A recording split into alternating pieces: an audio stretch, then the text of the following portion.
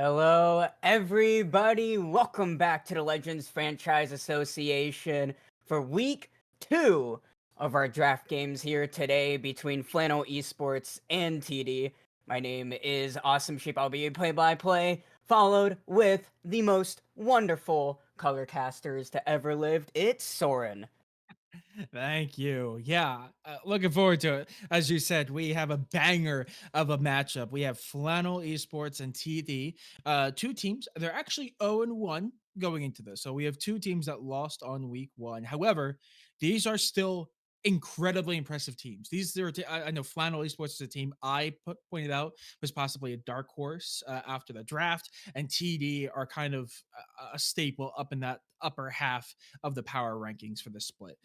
So both of these teams have potential to win. We do have a little bit of a changeup for what was their pick lineup for the draft. We actually have two fill-ins for the day, just for everyone's attention. We have Feathers up in the top lane for Flannel, and we have Coco, who also was a fill-in last week for TD in the support role. So we have a little bit of change up, but even besides that, it should still be a wildly interesting game. Yeah, absolutely. And are still early enough into the season, and Oh we yeah. have two 0-1 teams. So again, there's at the start of the split where everyone's 0-0, no standings. There's really no obligations or expectancies for any team, right? Outside of just like what you know Oh yeah. who's on the roster, and it kind of goes into week two, and I would say maybe a little bit into week three, where it's like both these teams are 0-1. So it's like again, it's like their biggest part to prove themselves, like, hey, we're not gonna go, winless 2 weeks in a row. We're looking to actually tie it up here with a 1-1. So both teams are definitely very hungry for the win today. Yeah, this is a bounce back spot for both of these teams.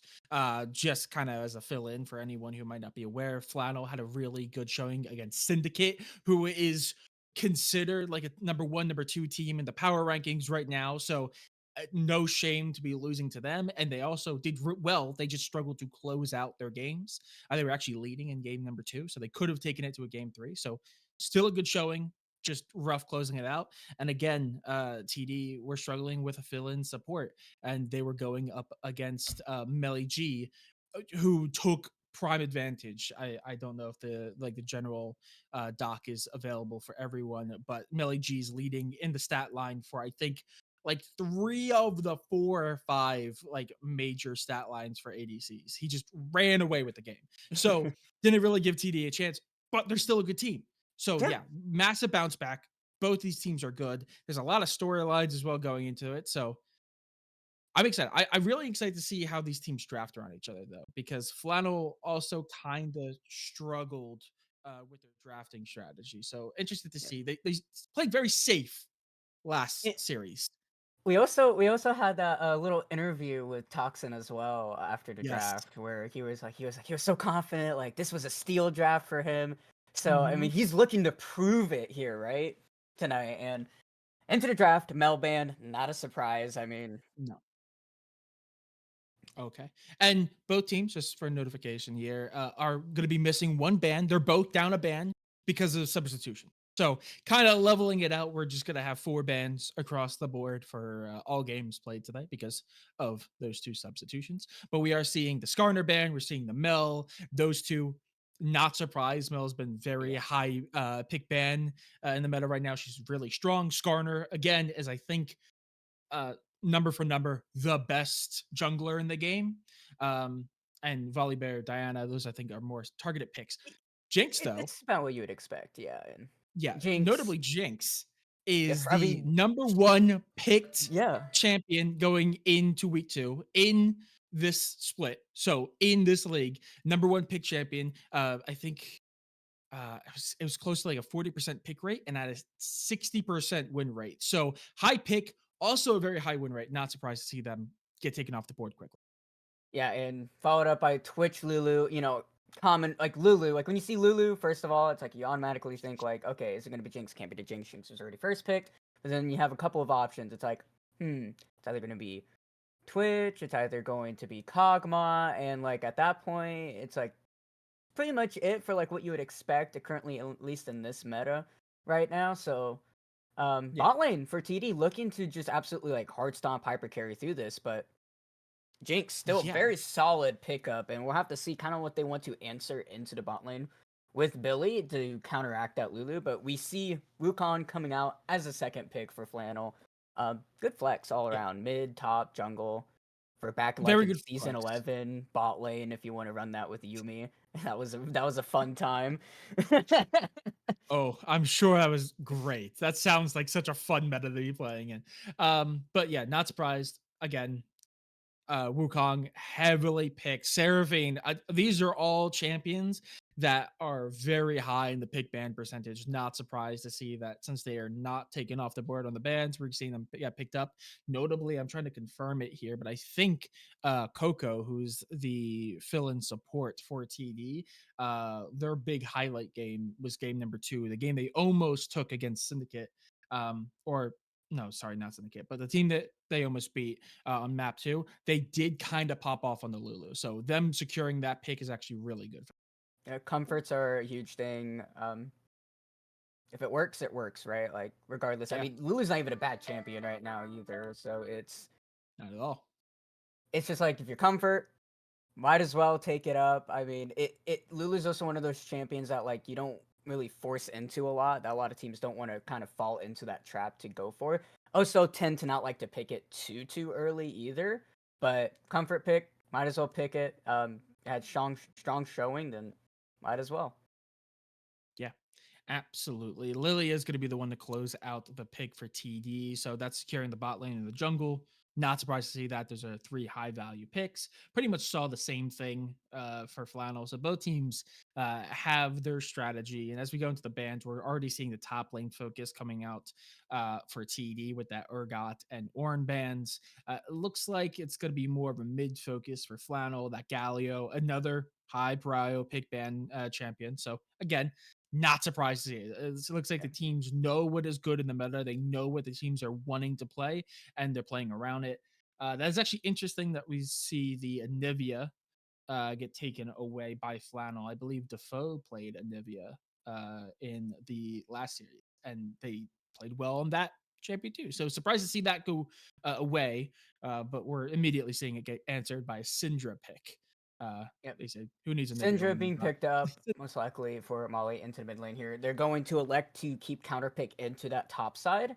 I believe Toxin did mention something about Super Slane specifically, how, thought like, hey, this guy's really good, strong player, and how he was very happy to get him on his team. And he is definitely going to be putting a lot more part into the top side there to see if Super Slane can get a little bit of flexibility and bleeding room here to maybe hopefully stomp through the top side of the map. I mean, you already have like a strong bot side. You already have Twitch Lulu, right? Like regardless you Oh yeah. win or you lose, you delay the game enough, that's going to be a problem. It's a ticking time bomb.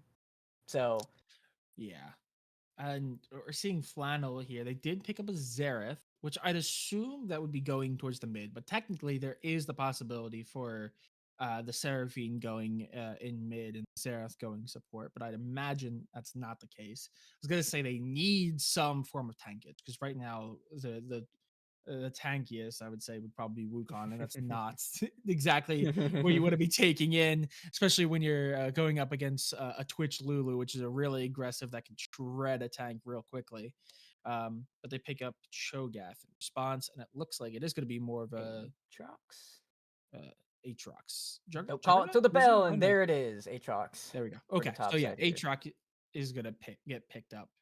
So I think both teams have really interesting picks. I don't think there's anything real crazy. I think both teams kind of went for pretty safe picks across the board. They stuck to champions that they know work really well in the current meta. They pick champions that they uh, know are going to be solid in lane. So nothing too crazy, but it's going to come down to how these two teams play. Two very even teams. Well, I just have to wait and see how they do. Yeah, and the Seraphine pickup, it's like going support. Zerath probably a better option into the Syndra here. Both artillery mages kind of Yeah, going at it for each other. It's the best way to deal with Syndra into the mid lane. It's range. Um, That's why Victor tends to be like a favored pick going into Syndra, just because he does have the ability to, if not necessarily outrange her, but be able to bully her the same way that she would bully Victor in that lane. And Xerath, one of the very few champions that like what he does really well, and no other champion can really compete with that. Right, artillery mage, longest range, it's just really hard to compete. And that's kind of what Syndra wants in the beginning of the game in laning phase. She wants to be able to outpoke you. She wants to have huge lane prio. And even if she can succeed at doing that, post 6, Xerath doesn't care about that. He walks maybe only halfway down to a play that's going on maybe top side or bot side. He presses R and he's there in the fight, probably before Syndra can even get there, even if she starts roaming first. So definitely a pick that can be really strong in this situation, but does have a little bit weaker for the answers of what TD has, like with the Twitch. Twitch tends to be really good with that. Xerath doesn't have any gap close, doesn't have really good fighting potential unless you are really actions per minute high, are able to get on that Yeah. Twitch, stun him if you have flash up. But if Twitch is finding these flanks, then that's the biggest problem that Flannel has at this point. But it's Yeah. it's a good toss up. Um, Both teams have answers to each other.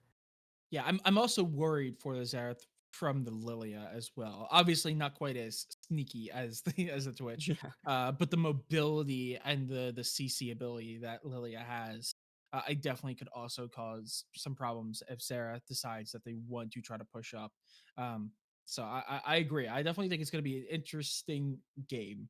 I think all of the lanes are going to be close. I think top lane, I don't think either of these champions really have an advantage. I mean, Cho'Gath is probably going to be able to out tank most of the damage that Aatrox does, at least early on. It's going to be very dependent on how well these do and these two champions do in team fighting, I think.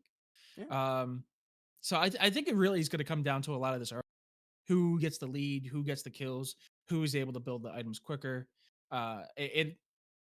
There's some scaling champions I'm looking at. Jinx, if this game does go long, I think Jinx could easily become a serious menace. But I think we could easily see this game get won.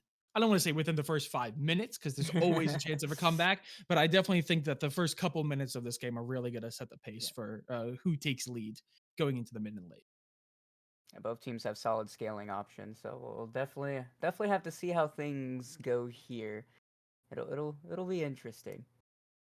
Yeah, absolutely. But before we get into that game, we do have to take a quick break because of the 3-minute spectator delay. So we are going to go into that intermission. Don't go anywhere. We'll be back in just a few minutes with the first game of Flannel Esports versus TD.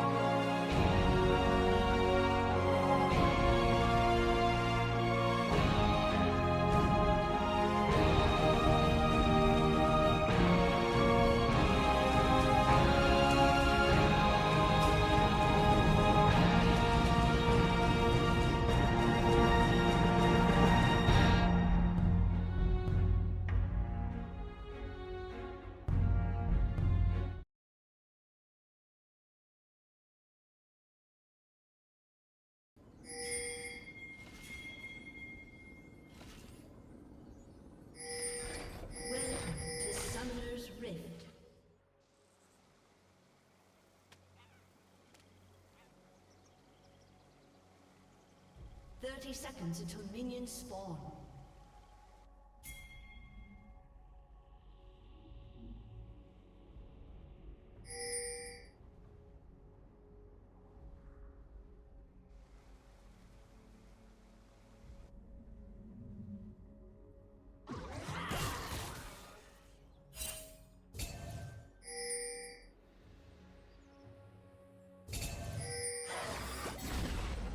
Minions have spawned.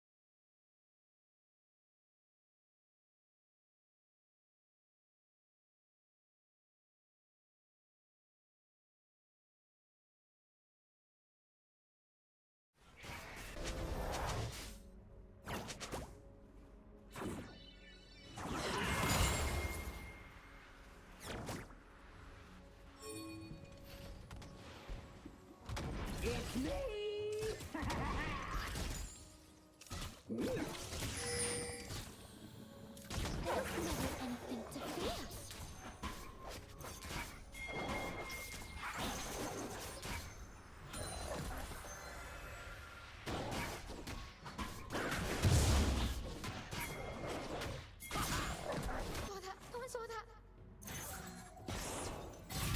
Love you, Tango.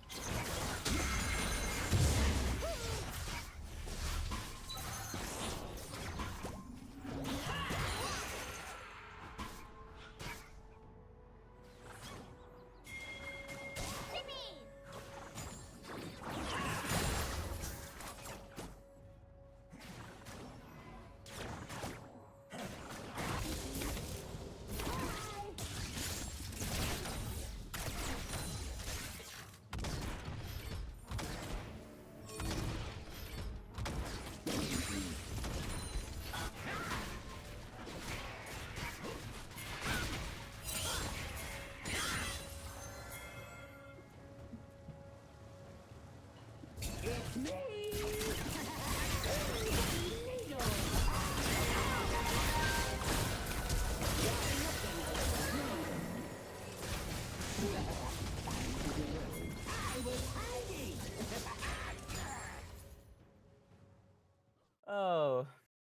All right, ladies and gentlemen. Sorry. Unfortunately, obviously, if you noticed, we were having a little bit of audio issues. It seems like it is fine when we cut to this portion. Just a little bit of a audio mixer issue through OBS right now with the sources. So we're trying to get that figured out and fix it. We figured out the problem. It's just trying to fix it and make it work while we're on live here. So we apologize for that. You guys really missed the best casting in history. We're gonna get we should get Pulitzers. And honestly, it's so great. But Captain Flowers level casting from Sheep, by the way, insane quality. Yeah, it's Soren over here. I mean, who would you even consider the best color caster? I actually don't know. There's so many good ones. I'm also a Valorant guy. So I started with Valorant. So like the first person I think it was Hypok, but he doesn't do League. Well, for LTA, what we have Azale, we have Kobe. Oh, Honestly, those are my top two favorites. Jat used to be. Yeah, I would personally go with Sale. I really like Azale. Azale is pretty cool. I like them all though. I like them all. All right, but I think we are going to send it to a brief intermission until we can get the audio issue. Oh, we got it. Oh, we maybe got it. Oh, we're going to do a test. Might have gotten it here. Hey, it's not a Riot. It's not a Riot game split or tournament without technical issues. I have never had a tournament or a league or a split for a Riot game that I've cast before without a technical issue. It just doesn't happen. There's always one, even if it's not on the production side, like Players DC. There's always something. Yeah. It's always something. It will find a way. The scuff is a feature, not a bug. All right.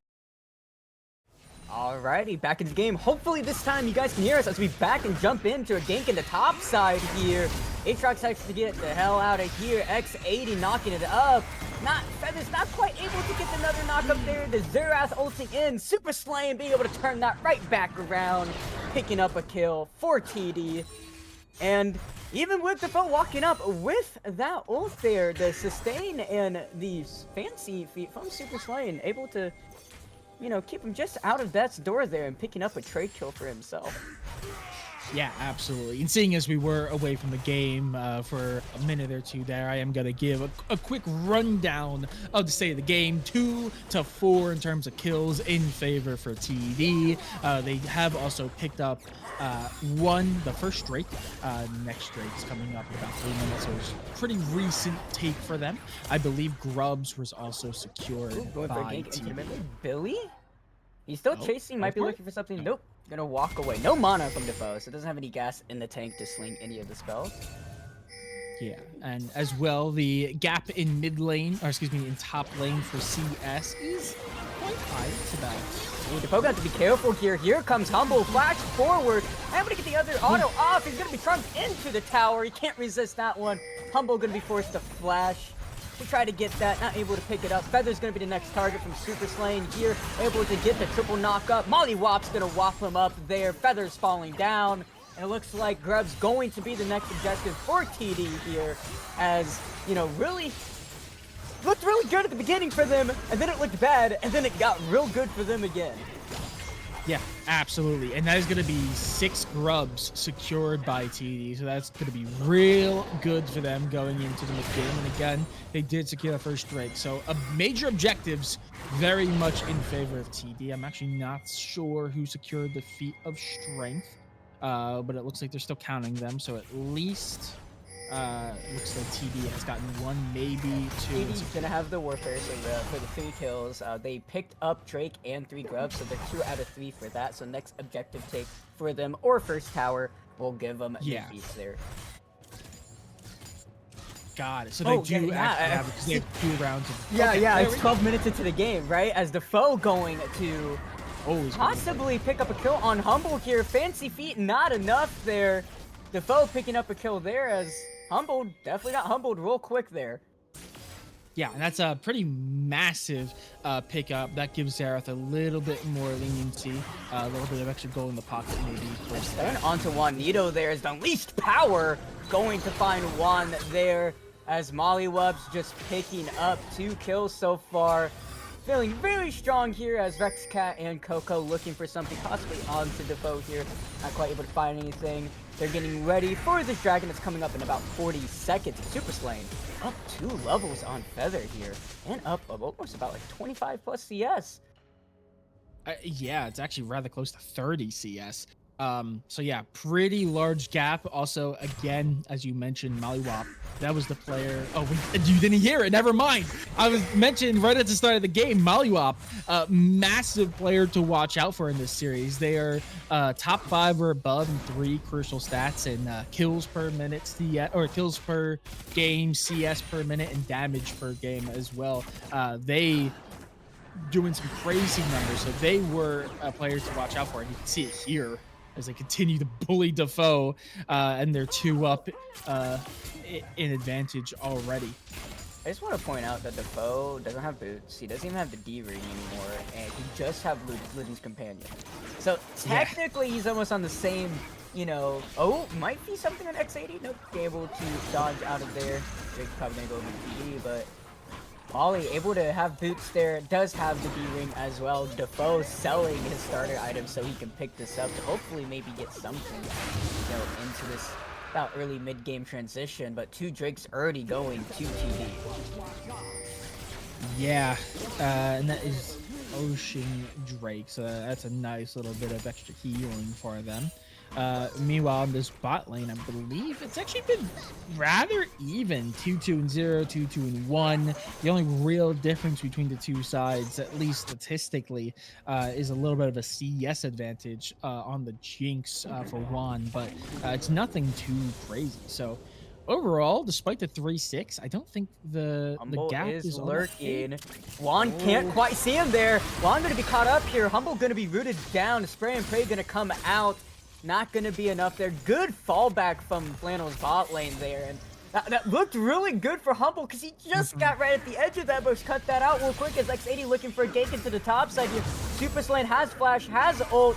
He's going to pop it. He's going to be looking for 1v2, but here comes Defoe going to the top side. Super Slain not going to be able to take up 3, maybe 2, but not 3 zeros. Humble going to be charmed up. Can't resist that super mega death rocket. But here comes Rexcat to make sure his bot laner is not going to fall here. And it looks like they aren't done. Rexcat taking a huge amount of damage from that tower. Is going to have to back off there as a 2v3 into the bot side. Juan and Billy going to be able to deter that. But into the top side, Super Slain feeling comfortable for the 1v2, but not quite the 1v3. Yeah, and Rexcat did take a lot of damage. No, just a little bit of poke there. But that was a lot invested into the Twitch and did not result in enough. There was just not quite enough damage between the 2 of them. Still maybe a little bit too early for this Jinx to really start melting champions on the Rift. But that's a bit of a teaser there if this game continues to go along.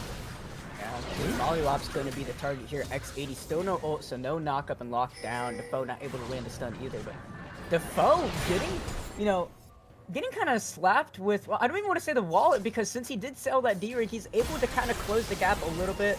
Alternator and Amplifying Tome up for Molly, but Defoe does have those sword shoes for a little bit more mobility and that pin, but it looks like he's just not really, you know, giving much respect to how, you know, how Syndra works as a champion to play around that scatter the weak. But, I mean, as long as he doesn't really fall down, he can stay even in CS, which looks like that's kind of what his whole plan is here. You know, it's working out for him. He just has to be careful not to get, you know, randomly stunned out and Unleashed powered on to fall down here, as Shelly going to be started up for TD into the top side. Yeah, notably, that is the Atacon set up there on top side, so it is going to be top side focus for them. It looks like they're going to try to go for Rifty. Is going to be slightly interrupted by the Cho'Gath, but not going to be enough as they do secure yet another major objective. I think that's 4 for them, or actually, I think that's 5, because they also picked up the Ocean Drake as well. So, jungle-wise, rather Reject and largely dominate for huge, TD. yeah. They just have gotten everything. And also, I think early on there was a little bit of counter jungling as well. So honestly, the fact that ADHD graphics is still ahead on CS is rather impressive, as it's been a tough jungle situation for him. Yeah, and he's actually down 2 levels on X80 Rexcat is, so I mean he's gonna be able to walk around a lot with this stat advantage here. But see again going to the bot side, Stormzy going to land, gonna strike the one down with Billy there. Flash coming out from Juan. I mean, I don't think it's going to matter. It's 4v1, but here comes X80. Can he stop his ace from falling? Double kill over the Humble. X80 unfortunately here just to watch as his bot lane falls down. Shelly gonna be used up. This tower is going to be no more. X80 gonna be forced to retreat here, as they might be pushed for more here. They still have 3. Bot lane's still down. See what they plan on doing here, but it looks like they're just gonna roam up through the jungle here and get ready for this Drake. This is so point. Yeah, that's a Drake setup easily for them, and I think they'll just pretty much be able to take it because they are still putting a lot of pressure. Onto X80 here. There's going to be Swole Seed up, charmed onto 2, and then stun knocked up. Coca being beat. Got Super Mega Death Rocket going to find 2 big hits there, as pretty much almost killing the entirety of Humble and Coco. Going to be picked up here. Stunned on both the mid laners here. Rexcat going to try to pick up as much of the jungle as possible. Going to steal over the chickens, but Molly could be the next target here. Flame Chomper's not going to quite get the CC there, but Drake, right, now going over to Flannel here as they stop the Drake stacking. Yeah, I mean, I quite literally just said that it was pretty much theirs, but they turned back to go for that second turret, and that's their demise. They overextend it.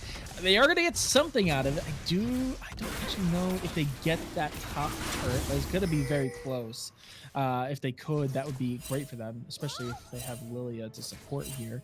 But yeah, losing that fight, immediately losing the Drake, stopping the stacking, as you mentioned, is going to be a chem tower, which I don't think is the best currently, but honestly, just putting a stop and preventing them from getting soul point is a massive step forward for them. I believe Kim did just get a slight buff. I don't think it was this patch. It might have been the last patch before that, where they gave a little bit of a slight buff over to it, obviously, because it is easily realizes the worst Drake. But then again, you do have the Lulu, so that's fair. Heal and shield power actually would be pretty big for TD here, as Rexcat just being really annoying in this jungle right now. Running around like the little deer he is there. Just being annoying. That's what Lily is all about. Running around. Absolutely. A pest. Great. I'm Lilia main. I totally understand being a pest and just running around, counter jungling, being in the enemy's face and very suddenly being on the other side of the map. It's a great experience to play, and it's absolutely horrific to play against. oh yeah. And I mean, Rexcat does have a shutdown, is almost at a second item where Lilia really starts coming online as well. Still down 2 levels on X80 though. It looks like they might be looking for a fight here in mid. We saw them pinging that the Seraphine ult is available, and they're trying to get some vision. So they're probably looking for a team fight here, at least here soon. No major objectives coming up. I do think Otacon is available, though. It is, yeah. Otacon into the top side here, and Super Saiyan up 2 items. 2 full items, right? And Feathers only has 1. He doesn't even have any components for the next one. He's also sitting on 3 potions. Like, he's just trying to survive.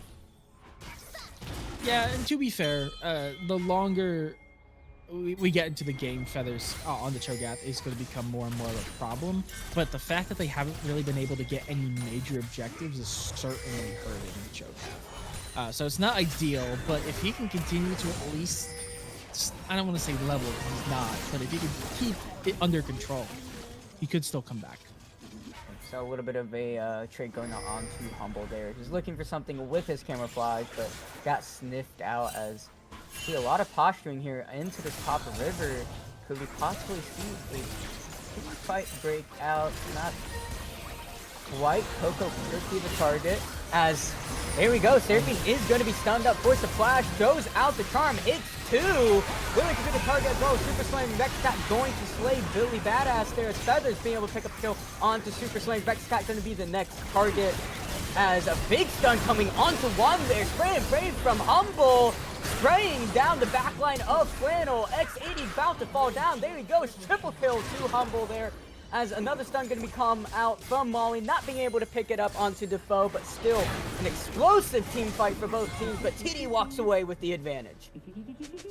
Yeah, I mean, you gotta give it to him. This bot lane here on screen for TD, the Twitch, now 7-3-1, Lulu 0-2-9. They were already doing well, but they just ate well in that team fight. They're immediately gonna turn and get this buff from the Otacon. It's not, oh, is it Ruinous is the strong? Ooh, Rex Cat.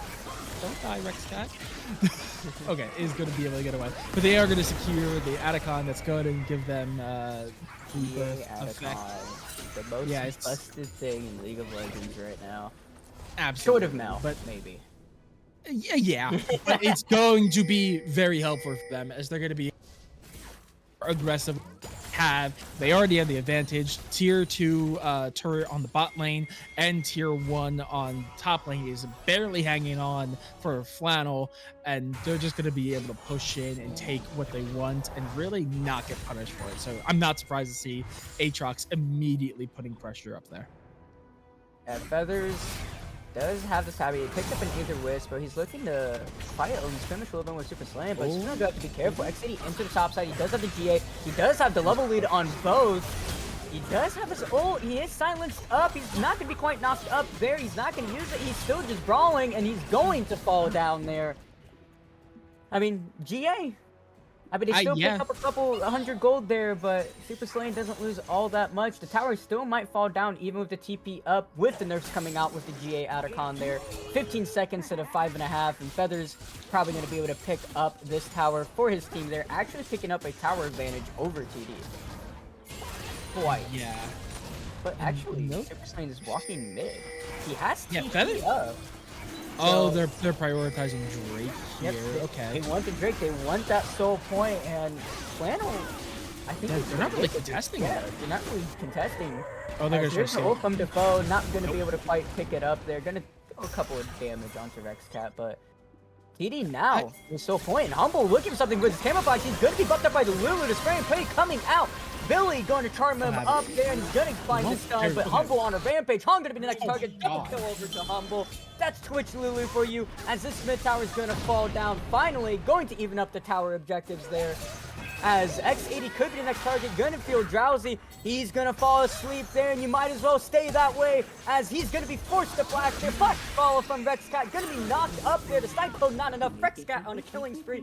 Humble going into camouflage. Continue to hunt down any other members, but Baron is up, and that could be the target here for TD there, as the jungle's down, the ADC's down, the support is down. Even with the Zerath up, I don't think it's gonna be enough. And TD setting the eyes on to the Baron. They're looking to wear purple today. Yeah, it's gonna have to come down to a steal. They do not have the time. They do have the Super Death Rocket, but there's so many people in the round. It's okay. Nope, they're just not gonna go for it. But yeah, no, immediately losing ADHD and being able to turn and burn and just get that Baron is crazy. They have lost the GA buff from the Otacon, so that is no longer in effect. But I mean, they're just stacking advantages. We're now seeing the turrets fall. We're seeing the grubs come out with that wave. So that's a massive wave going into the tier 2. They're able to get the reset. They're able to get the buys. I mean, just looking at the scoreboard, 3-0-5, Lilia 167 CS, I think that's 2-0-6, Syndra, Mollywop. The player to watch for this game has proven that sentiment true, as they've just been dominating on the mid lane. TD are looking very strong, and at this point, I don't want to call it too early, but I think they are really starting looking towards win cons. Look at that those Twitch items right now. Yeah, it's a little crazy. Crit, 3.5. I mean, he's one away for 100% crit here, and I mean, he's firmly in control right now. Like, he could just run over this game with Coco here. He has to get the double buffs up, stun coming out, camouflage here. I mean, look at Feathers. Even a tank is going to fall down here, as Molly going to be thrown onto there, but Humble, there he is. He's going to open up there. He's going to pick up 3 kills. And it looks like X80 going to be the next target. That's a quad going over. Can we see a pentakill coming out here? Defoe going to be the target. One more auto. No, it's going to be gone away by Super Slave. We put this top laner as he's going to steal over the penta from Humble there. Oh, no. But I think that's all that's going to be written for this game. Yeah, they don't have the time. Yeah, no, that is just game, especially with the Void Grubs.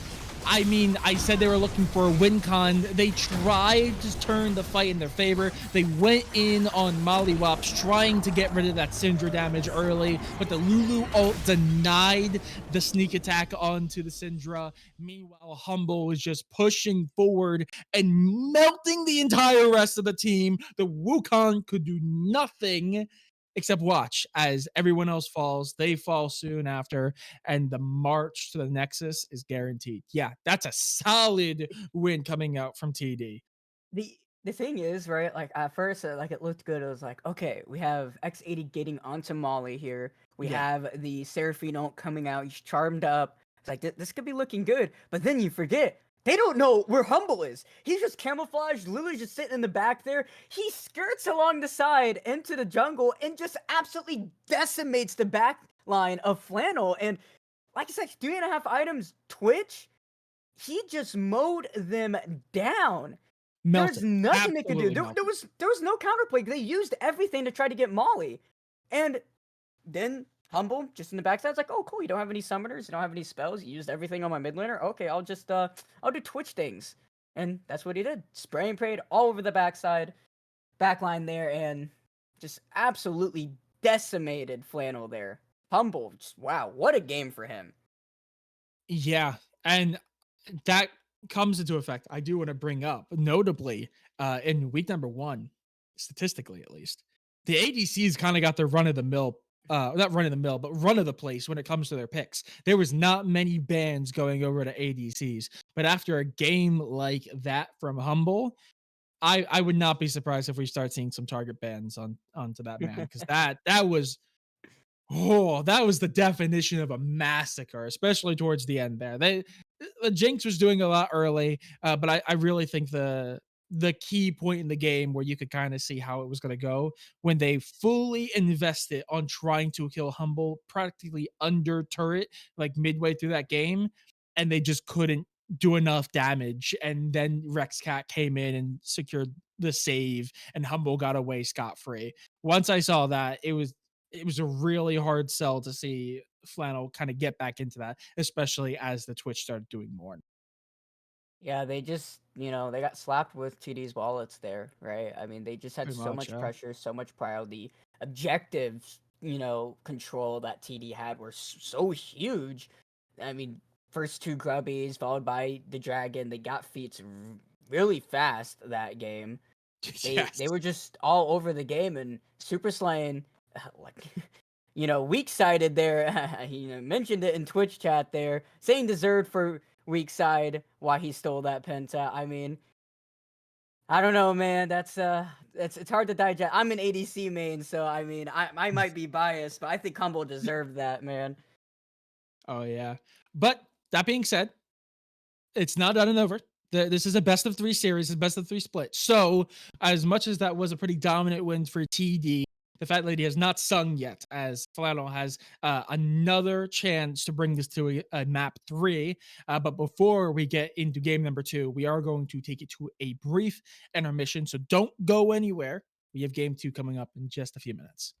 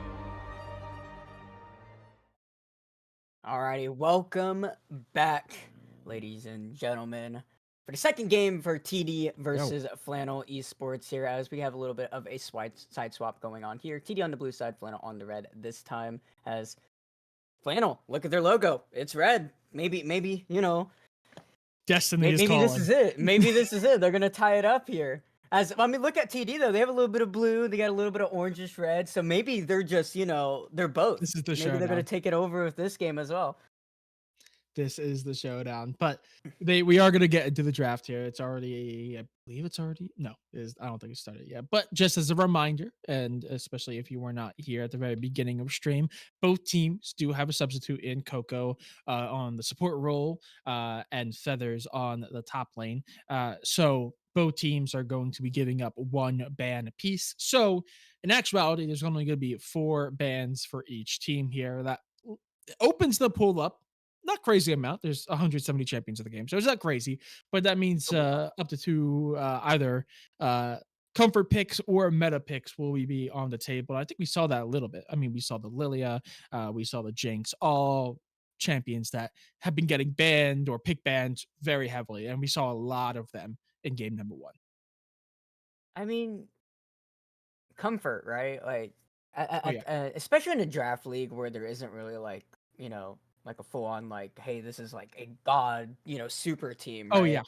Like when it's draft, it's like, yeah, just play comfort. If it works, it works, right? Like you just find something that works with everybody. And I mean, Twitch Lulu, as we saw in the last game, a little bit of a not as common pick into the meta right now, but doesn't matter. I mean, if it's good and it works. Yeah. And no, I this is not fearless, by the way, Twitch chat. It is not. Yeah, not fearless. It was already a one draft. We don't need to make the actual drafting of the games even more complicated. But all right, so it's going to take an extra minute. Apparently, the link for the draft law is broken, so they are getting that fixed up. But yeah, I mean, I would not be surprised if we saw a Twitch ban. I honestly would not be surprised if we saw a little bit of target banning going over towards Hop, especially after game 1. That you give him his picks and he's just proven he will dominate again. He will steamroll a game. Yeah. Quite literally there. I mean, ADC is such a like, it's a weird role, right? Because it's either you're completely and utterly useless, or you are just the reason why you're just gonna 1v9 roll over the game. I mean, that's just how it is. It's Yeah, amplified in competitive compared to obviously solo queue. That's just kind of like the position of AD carry is. And a lot of the I want to say a lot of the like kind of like the meta, I would say, for ADC right now. Like Jinx is very hugely in meta right now. MF is another pick that's very hugely in meta. A lot of people like Varus, and you start recognizing a pattern between all these things that are meta. And there's like a big thing that is like kind of common, right? And it's whether you're behind your scale, or if you're behind you're still useful, right? Because like Ash is still like a strong oh pick yeah, right now, and that's all it is. Like MF, like her R very strong in team fights. Jinx scales up really well, all right in lane because of her rockets. Forest has the ability to go multiple different builds, so he has that flexibility, has the third longest base range out of every ADC at 575. So safe pick, has range, has the ability to go on hit, go crit if you really want to. That's a new build that's been going around, or lethality. And again, Ash has the range, has the utility. That's kind of what's going on with the meta of ADC right now. For a lot of the just competitive scene in general, is something that's more safe and just consistent. But yeah. as we saw, it Nah, doesn't really matter if you're just good at playing certain things like Twitch. yeah, on top of that, just to comment on what you said, it's very feast or famine for the ADC role, especially in this, in this more competitive situation, because teams build around them. I mean, you at the end of the day, you have an ADC, you want them to go off, you want them to have a game like Humble, where the whole rest of your team can pretty much fall, but it doesn't matter because the Twitch is just running through the entire rest of the opponents. So you play into it, and if it doesn't go well, if you pick for that bot side to be strong side, if it doesn't go well, that's pretty much the game. Like unless you have another hyper like Mollywops, that Twitch wasn't going crazy, Mollywops probably could have had a very big impact. But Syndra is not going to scale and out carry like a Jinx, for instance. So if you want to put a lot of emphasis towards that bot lane, if it doesn't go well, that's kind of how the cookie crumbles. It's just kind of you're left to your own devices. Then again, Jinx is still an ADC. Mollywop's still a mage. All it takes is that one stun, and It's then fair. late game, just one button press with the unleashed power, and Jinx isn't living. That's That's fair. ADC right there. You don't That's play perfectly, position perfectly. If you get hit by one CC, you don't have cleanse, don't have QSS, you don't have Mikhails from your support. Well, you're screwed. Just how it is. Absolutely. All right, I think we are underway. I'm seeing some changing on the actual screen, possibly. But yeah, to kind of go through, I'm not expecting anything crazy in terms of bans. I would not be surprised if we saw the Twitch ban. I would not be surprised if we continue. I think Leona was banned in like 40% of games in week one. So I would not be surprised if we see some of that as well. But I know Leona, I think Rel was also a big target ban. See if I can actually find the stat lines for it. But yeah, I don't expect to see anything crazy, which kind of sad. I believe it was Flannel Esports where was it one of these coaches? I forget which one we spoke to during the draft.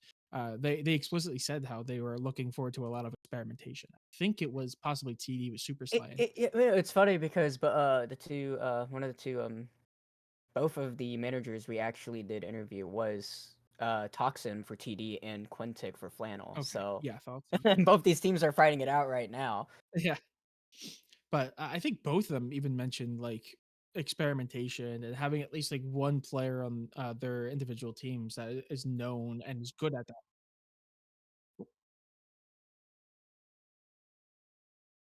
Oh, okay. Got it. All right. So a little bit of a divergence. Sorry for the pause in speaking. We were getting notes from our producer, but apparently draft lull is down. So they have been drafting it's Yeah, back up it's now, back but it back was up now. down. Yeah. But they've already gone through and started some of the drafting. So our producer is actually doing us a favor and filling in some of the, or is it officially back up and then we're watching the picks live? We're watching the picks right now. Okay, Yeah. there we go. He There says we go. so. About what we expect though. The Twitch ban coming out. We still have Yeah. Mel and Okay. There we go. Starter, and there's the Diana from Flannel. So Yeah. they're still A gonna keep the comfort pick. Diana, but they're gonna go ahead and throw the Twitch out and first pick Jinx. There Okay. we go. And the Lulu. Wow. They're like, nope. Okay. No, no, no. They were ready. Yeah. Notably, that is a swap up there. So Jinx originally picked by Flannel. Lulu was picked by TD. Those two swap. We are seeing the Thresh, which is a solid pickup, and actually we're seeing an Ornn come out. I'd imagine that's an Ornn top lane. But Ornn on the top, so we're actually seeing Prio up there. The ADC is getting left to the second round of picks, And I find and this yeah, really we are. interesting. The Aatrox ban coming out, even though Super Slane got weak sided, obviously, Flannel was like, well, even though he was weak sided, he still was annoying, right? Even though like he was the focus, Mhm. we still couldn't really do much. So obviously the Aatrox pick very annoying for Flannel here, and same with the Syndra. So they're gonna take that away from Molly, and Thresh gonna be the answer over to the Lulu. Makes sense, something a little bit hyper aggressive. Jinx, she can, get an early lead. She can definitely run away with it. And this is definitely a position where it's possible, but we'll have to see what Juan and Flannel want to take into this matchup. If they plan on playing something a bit more safe and hyperscale, or if they want to actually try to match the Jinx Thresh aggressive ability that they have. Be Yeah. interesting. Two different ways. Yeah, and just in terms of a priority, we can already see TD is continuing with this ADC and or that bot lane pairing in the jungle. Meanwhile, we did see the so that's a little bit of prio towards top lane. We are going to see the Varus, as you mentioned, one of those picks that is just really flexible. And even if they're down in the lane, they can find value because of that flexibility. So not surprised to see them there. Um, but that is going to be the bot lane kind of secured for Flannel. That pretty much just leaves the mid lane. They did ban out the Syndra, which is good for them. They're very clearly a little bit traumatized after game one, seeing that's a Twitch, an Aatrox, and a Syndra ban. Yeah, and um, they're gonna save the counter for Defoe here into the mid lane, obviously wanting to get an advantage over okay, and it Molly looks here. like a Talia pickup is going to be that blank one for Humble. So Talia is going to be there, and it's going to be Shen on top. Uh, it's going to be a wet noodle fight up in top lane between Ornn and Shen. Yeah. Two of them just hitting each other every once in a while. Who's gonna get the first kill? Who are you betting on? You know what? I'm gonna go Papa Ornn. Big All right, goat I'll take dad the Ornn. Shin. I'll go against you. But yeah, so top lane's gonna be pretty neutral. That's gonna be, I'd imagine that. Yeah, it has to be a Lux, right? That's gotta be a Lux mid. Yeah. Yeah, So that's Lux. Okay. whole point of First Lux mage. mid, right? Like you just once you get 6, you just like perma ult the wave and you just make it impossible to play through mid prio. That's like one of the Yeah. biggest strengths that Lux has, and obviously when she gets into the later stages of the game, her full combo just does so much. Her R's on such a little cooldown, so Oh yeah. it's a pick that is very experimental, but has Yeah. its merits. I've seen it work before, so Yeah. it can be strong if Defoe knows how to pilot it here. Yeah. And notably, I believe the pickup for mid for the side of TD is actually gonna be a Talia. So, and that's also not another a mid lane pick that gets seen very often. So I wouldn't call it quite experimental, but it's definitely off meta. Both of these mid lanes are going to be an interesting pair. Both burst mages, but the range on Lux I think is greater. So as much damage as especially that Q from Talia does, if they get hit by one stun as we get to like mid game, I don't think Talia, there's a way for them to out survive the full burst from Lux. I will say Talia, in terms of you don't see the pick as often in amateur. So I guess you can kind of say like there's two different metas between like what would be picked Of typical from course. amateur and what's competitive. Talia is definitely a favored pick before and after Fearless was implemented in Riot's official tournaments. So it's just something you don't really see that often in amateur because she's a very Yeah. high skill ceiling champion. There's a lot of what she brings that requires like clear communication, that requires really like consistent hits with your W to shove it into your E to get the stun, to get the damage, and it tends to be a harder champion to utilize to actually, to the fullest extent, just due to the fact that there is kind of that like, gap in between of like how high the skill ceiling for the champion is. That's why things like Lee Sin, Azir, Talia is something you tend to see into the actual meta for actual competitive, not something you see in amateur that often, just because of the high skill ceiling of those champions. So it'll be Yeah. interesting if Molly can utilize this. I'm interested to see that. Yeah, and notably, there's also a kindred in the jungle for TD, so they're going to be wanting to play around the jungle objectives. We saw them get, I think, every single one. No, there was one Drake that was secured by Flannel due to a bit of a overreach from TD, but they secured all but one of the major objectives, and it's clear that they're probably going to want to do the exact same thing again. So that will be interesting. But again, we are going to go into a quick intermission because there is the 3-minute spectator delay. So we have to wait that out. So don't go anywhere. Game number 2 is Flannel Esports fight to stay in this series. Map 2 coming up next.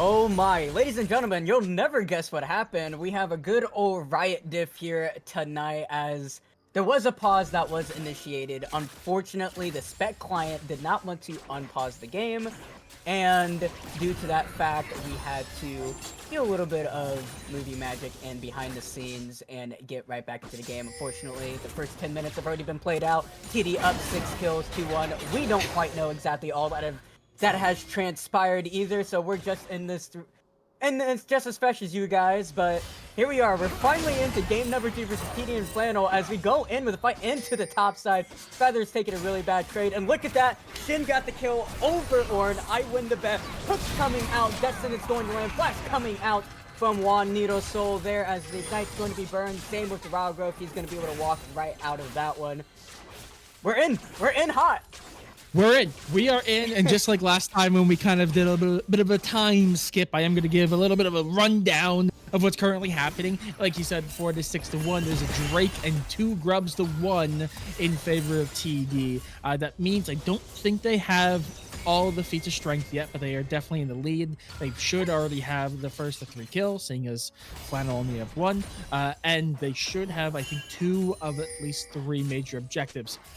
So they're on their way to securing the feats. That also should help the Kindred out, seeing as they picked up 2 major jungle objectives. Oh, no damage onto X80 though. That's Talia for you as Oh. Xcat's looking for a kill on X80. He doesn't quite have these cooldowns up yet, and Rexcat gonna take down the opposing jungler there. 303. Just take a look at the KDAs. Before that, we got a little bit of fight going on into the top side. Wet noodle fight like usual, but 303 for Rexcat.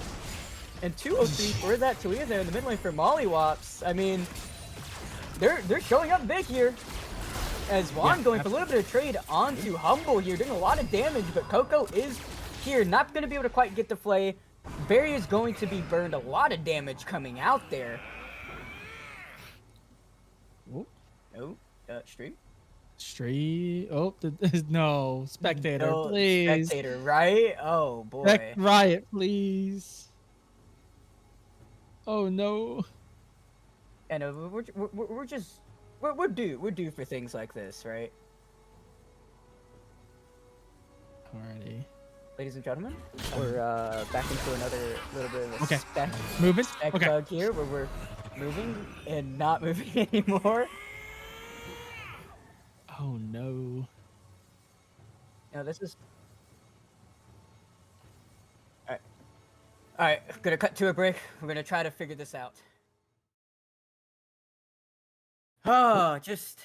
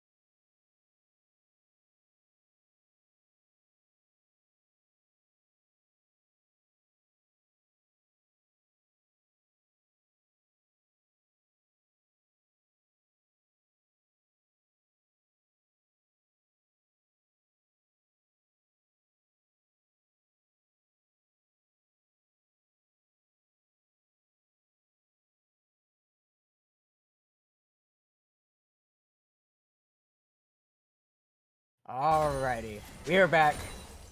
Hopefully for good this time. As we see TD into the top side here. Destin is going to land there. Going to bring X80 to the death zone here. He's going to fall down. Rexcat picking that one up. The red buff going to go over to TD. X80 not having the best of games right now. 0-4 so far. 6-0 onto the Kindred. This is quite a game so far. Yeah, Otacon is going to be on the bottom side here, but I do want to point out Rexcat Did not have the best of games. Are they gonna go for a dot? Looks like they're not. Looking like it. Orin gonna do some more things, clear out the entire wave. Does take about close to half his HP, but Billy is here to defend this dive. The wave can happen, but he is being split up here. The Talia wall to completely divide the members here. They're clearing the wave. They're waiting for theirs to walk up here, but X80 has spawned in, has walked back. Looks like they're gonna go ahead and call off this, but maybe not quite. Rex got looking for something onto Billy here. Doing a lot of damage, below half HP, and the tower gonna fall down here as Feathers is just gonna have to concede it. Yeah, it's a massive win over to them. But Rexcat was oh, the flash going in, the stun damage. there. The tower gonna be able to get another hit there as the foes have to be really careful as we go into the boss side here. Juanito getting beaten up by the Shen. Gonna use the barrier. Isn't gonna be enough. Did a lot of damage. The flash over with the hail of arrows. Not gonna be enough, but yes it will. A trade kill going over, shut down to Juanito as you call that any worth any day of the week there as, I mean, it looked like it was going to be an ADC moment, but he still gets the kill just barely. As we're not quite done yet, as Rex got looking for kill onto Defoe. Gonna throw his mark on him, gonna pick it up. I don't know if he quite got the mark, maybe didn't wait long enough, but Rexcat gonna pick up the kill there. Yeah, chaos across the rift, very firmly on the side of TD. There was some value coming out from that Varus, able to secure the kill on the Shen, even though it was by the skin of the teeth, like you said. But Rexcat notably did not have a great game last series, and was kind of called out for it. So immediately coming back with this set of maps has been putting on great shit. People are so flat. This isn't his jungle anymore. No, I mean, they've already lost the top side. They have so much pressure going in on the bot side and the mid lane as well. And they have so much vision too, that whole bot side jungle is pretty much not under any control of red side. Flannel just have nothing. They do have vision on top, which is good, especially with the tier 1 tower being gone on top side. So they're able to keep some semblance of jungle control, but it's not amazing when they have none on the bottom side, and Drake is going to be up in 40 seconds, and we're already seeing that TD are probably going to put some emphasis on it down there. Oh, never mind. They're going to pick up Rift first, actually. Shelly gonna be starting up. X80 and Feathers top side. They know it's being done. Not really much they can really do about it as TD gonna pick up another objective here. Yeah, and they don't really even have a means of stealing besides the... Oh no, Defoe gonna be taunted up here. Super Slane looking for a solo kill. Defoe gonna land the root there as we go into the mid lane. Play onto 2. The engage from X80 gonna go onto Rexcat. The Cataclysm doing a lot of damage here, but X80 also taking a lot as well. The Lamb's Respite to keep Rexcat alive as well with the Shin ultimate there. The shields are high, the damage is high, the Lulu's falling down, and there's Shelly going into mid lane. Feather's the only one left alive. That's going to land there, knocked back into the team of TD. With the Talia W, he's gonna try to flash out. It's not gonna be enough as they're just looking to run it through here. It's still not even 20 minutes into the game yet. They already picked up the mid tower. Shelly looking to go for the inhibitor, and they're gonna take it. They're looking to just run over this game. Yeah, Shelly did actually get 4 hits there. Unfortunately, the one, the inhibitor had already fallen, and that Lux ultimate from behind is going to do something. It was enough to force, I think it was Rexcat, very low, so they had to go and recall, which you're seeing down the map as they get back. But that was so much pressure. The entirety of mid is gone and open, and this is giving them so much prio towards Drake. And again, there's not a lot of stealing options on the side of Flannel here. They really only have Varus, and Varus is up on top side. They're just gonna give over this Drake point, Dragon's Soul point. They already used the Drift as well. It's looking real dire here for Flannel as they just really don't have any control in and around the map. Yeah, they need something, right? Like the biggest thing would be the shutdown on this Kindred, but you know, Kindred ultimate makes that so hard. I mean, she just has so much deniability, and then you have the Shinnel as well. as we saw from that fight, like they got so close to killing Rexcat to picking up that bounty, but there's just so many options on TD to keep all of their members alive. It's like, how do how do you kill? And honestly, it seems like it's coming down to team. I say seemingly because we haven't seen most of this game, but it seemingly is coming down to the team fighting in these major objectives. There's not a big gap in CS on any of these champions, on any of these lanes. It's actually pretty even. Like the biggest gap is like maybe 20 CS, which is not crazy this late into the game. So it honestly doesn't seem like, at least in lane, many were straight losses. They have just been outplayed in the group situation. Atacom going to started up here. The Defoe going to clear out that wave. Doing classic flush things, but for members on the bot side, ult is coming up for Super Slay. He does have it if he needs to be there. I mean, what do you do as Flannel here? There's not really much. Defoe's going to spot it out. And here comes X80 for possibly the steal, but it's going to be knocked into the rocks. They're going to be stunned up. He's going to try to go for the steal. And there he goes. They're able to pick it up. Cataclysm is going to be used in the fight. Coming off as it looks like it's about to fall down here. One more auto. There it is. Feather is going to be able to slay Coco. Rexcat to the next target. Shut down going to the wall. He's 1,000 gold. Victor Humble trying to do as much damage as possible. And it looks like they're going to be able to win off the back foot, but it doesn't matter. They picked up the GA Atacon. It's not nearly as much gold going over to TD. The Flash coming up Super Slane to pick up that Lulu, but I mean, Flannel's gonna be happy about that. They're gonna be happy. They not only secured that, but they did get some massive shutdowns too. Rexcat did fall there. So that is 700 gold going into their pocket. I actually did not catch who secured that kill, but that's the 700. So it was That's even better for them. That's a massive boon. And on top of that, even though they did not take the win on the team fight, again, it was the GA Otacon. So they pretty much get back up. No death timers. They're immediately able to try to turn back and try to capitalize on the momentum they just secured.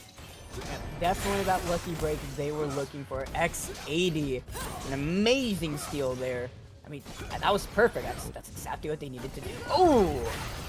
Barely dodging out of that snare there as Feather's trying to get target here. You got 3 for the top side for TD. I mean, what do you do here? It's 1v3. You may be Orin, but I don't think it's going to matter. Death sentence is there. Rexcat gonna pick up another one. Double-digit kills here for him as, I mean, he's well within, in control of this game right now. Oh yeah, the Thresh drag back to get over here. They just can't get away.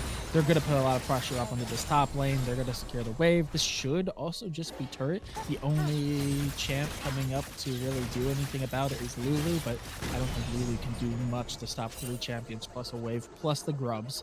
So that's tier 2 gone on both mid and top, and that bottom lane, that tier 1 is barely hanging on. So they're very close to pretty much losing all control of their jungle.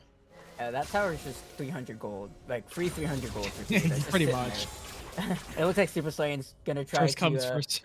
He's gonna try to pick it up for himself. I mean, he's the only one that has a bounty left. It's only about 100 gold bounty, so it's not huge, but he's about 2.5 items. He's looking to make it 3.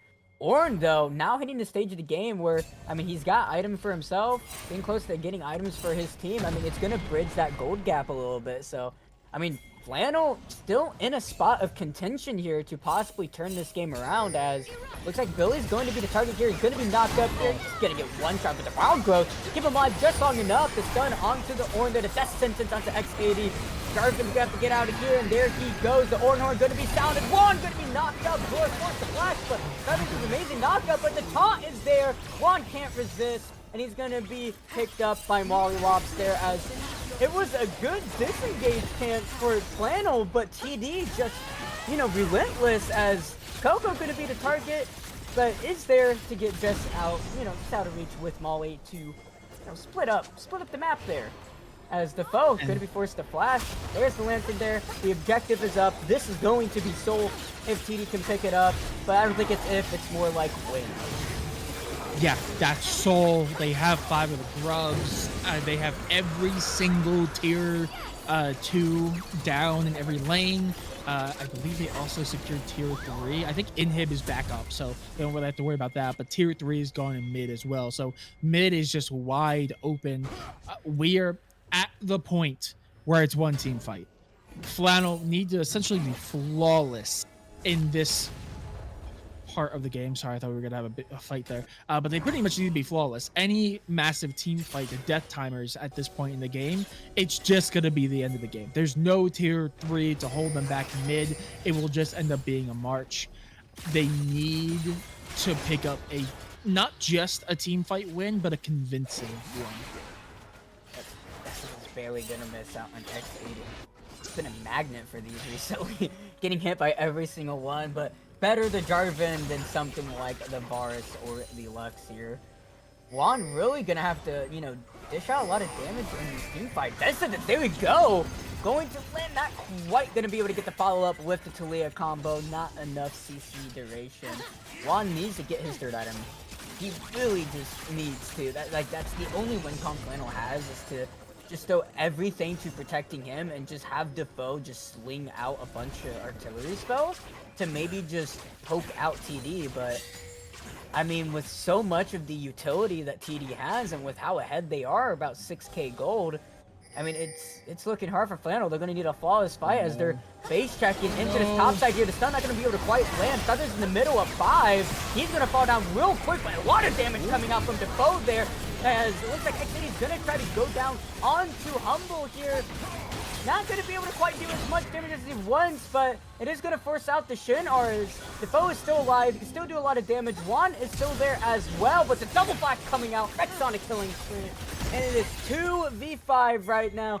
It is Juan and Billy Badass against the world, with Ocean Soul against this team. I mean, it's not looking the best, but let's see if they're able to do it. A Terminus being picked up from Juan. He hits the triple item power spike. Can he do what he needs to do? He has the Lulu with the heal up. The block coming out. Sits. Oh my goodness! Coco does not miss. Or nor can be triggered, but it's nothing going to call but the end of this game. Feathers is trying so hard. Taunted up. Played back away from this fountain, as it's going to be GG. TD gonna pick up the 2-0 as... Wow. Oh, a dominant fashion in the process. I mean, that's 2 games now. They secured 1 grub. Not like 1 set. They secured 1 grub. I don't think they secured any of the Drakes. I don't remember if they took a turret, but that's every single major objective going over the TD. Again, they only lost 1 major objective in game 1. They were dominant the entire time. Flannel needed to have a strong start, and obviously we were not able to see the start of this game, but it was very clear from the offset they just did not. And it seems like, while they were kind of in it early on in game 1, it seemed like in game 2 they just never had a foothold to really build off. No, and it's just 2 games in a row, right? Like, where the objective domination from, TD was there. There was just so much. Like, Oh yeah. Rexcat, like you said last game, was a little bit behind on the XP. And it did kind of feel like Wukong maybe had a little bit more tempo, just, due to the fact that top was weak-sided and Humble was doing a lot just by himself with Lulu. But, I mean, this game and the last game really showed that his objective dominance was super strong. And, I mean, it's crazy that's what happens when you get to that point where, like, it doesn't matter if you're not showing up in the consistency and when it comes to the tempo. If you're able to get those objectives, like, every single game, that's what really matters, and it shows up so much here. But I really want to pull a lot of attention to Coco. Those hooks were never missing. Never Yeah. missing. Oh my goodness. They were like magnets, right? Like, Oh, yeah. everyone on crazy. Flannel had a magnet on them for a death sentence. Yeah, and notably, I mean, TD, their last series, they kind of got gapped in the bottom lane. I mean, they were going up against Melee G, which again was leading in all the stats pretty much that ADCs care about. I think they went 12-3 and 12-2 and 13-2 in their games last series. And we were kind of questioning, like, how's the bot lane gonna do here? Obviously, they have a fill-in as well. So, like, how are they gonna do against Flannel as well? And they came in and they showed up and showed out. They were insane. Coco was solid. That Lulu game was insane constantly with the ults and the setup for the Twitch for Humble. And this game, like you said, those hooks were magnetized. Yeah. They just couldn't get away. Like genuinely, it was like, get over here. Like they were not allowed to leave the team Yeah. fight. It's yeah, it was like, oh my god. I don't think I really noticed one that really missed. I mean, No, I mean, and we it's of course did see 10 minutes of the game, so that's fair. And even the ones that did miss, they were not in crucial moments. They were like, "Oh, we called I would them. just throw They it tried to out. go for it. Yeah. Just go, yeah, throw it out. Hail Mary. If it hits, it hits, and we get something massive. If it doesn't, it's not the end of the world." But in all the right moments and all the ones that matter, those team fights, he clinical, absolutely clinical. Absolute crazy. I mean, crazy games. I mean, domination coming out from TD. Flannel, I will Stadium. say, from that last fight though, it was a little bit breath of like what they were looking for. The damage that the foe was able to throw out what was so much, and it even possibly looked like they may have been able to turn the fight around. But when you're that behind, when you have so much utility from TD that just allows the Limbs Respite, the Shin R for the shield, you have the Thresh Lantern, right? You have the range from Jinx. There's just so much that makes it so hard. But even then, Flannel looked like they had a little bit of a fighting chance there, and they didn't lose as many objectives as they did, and they were fighting against Ocean Soul. Yeah, Arguably like one of like the most favorite souls that people like just for the consistency. Like you don't have any healing. Ocean Soul, like pretty much bridges that gap of sustain, but they had sustain and they have that utility. So adding that on top of it with kind of what Flannel wanted to do, I mean, it was just very unlucky for Flannel, but they looked like they were getting pretty close towards the end there, but it was too late. I mean, TD just slapped them with their wallets. yeah, absolutely. And again, they were not very far down on the CS, especially when we got into the game. They were doing fine in lane. It was just a team fight difference, and it was those major objectives. Losing almost all of them is just such a crucial error. You just cannot give up that much. But that is pretty much going to be it. Again, 2-0 to TD taking down Flannel Esports. I will just remind everyone this is a split. This is not ending anytime soon. You can come Nope. back next week and we'll be here live a week after and a week after. We are just getting started. This is only week 2. These teams have only had total from draft night 13 days. Yep. 13 days to practice. So even though this is a rough start for Flannel going 0-4 map count, there was still absolutely time for them to get their feet under. And again, they did not have their full team. They also had a fill-in today. So this is not the full Flannel Esports team that we saw drafted that. So there's absolutely room for them to improve. TD bring themselves level to 1-1. There's still room for improvement there. They are really going to be feeling good going into week number 3. But that's going to pretty much wrap it up here. 2-0 for TD, bring it to 1-1 for them. Special shout out to our producer, to the entirety of the behind the scenes team working the tournament. Shout out to the players. I Fixing the don't know if I problems mentioned we had tonight. the producer dealing with Riot uh, personally. But yeah, massive shout out to everyone who made the stream possible. Massive shout out to you, Sheep, of course, and being the massive play shout by out to play. you as well. Wonderful. But yeah, I think that's all we got. Thank you so much for joining us tonight. And again, you can catch us next week, same time, same place, 8 p.m. EST, in the only time zone that matters, on this Absolutely. Twitch channel. But yeah, thank you so much for watching, everyone. I hope you have a good night. Yep. Summit Esports versus Syndicate, by the way, next week. There we That'll go. be a fun one. That'll be a great one.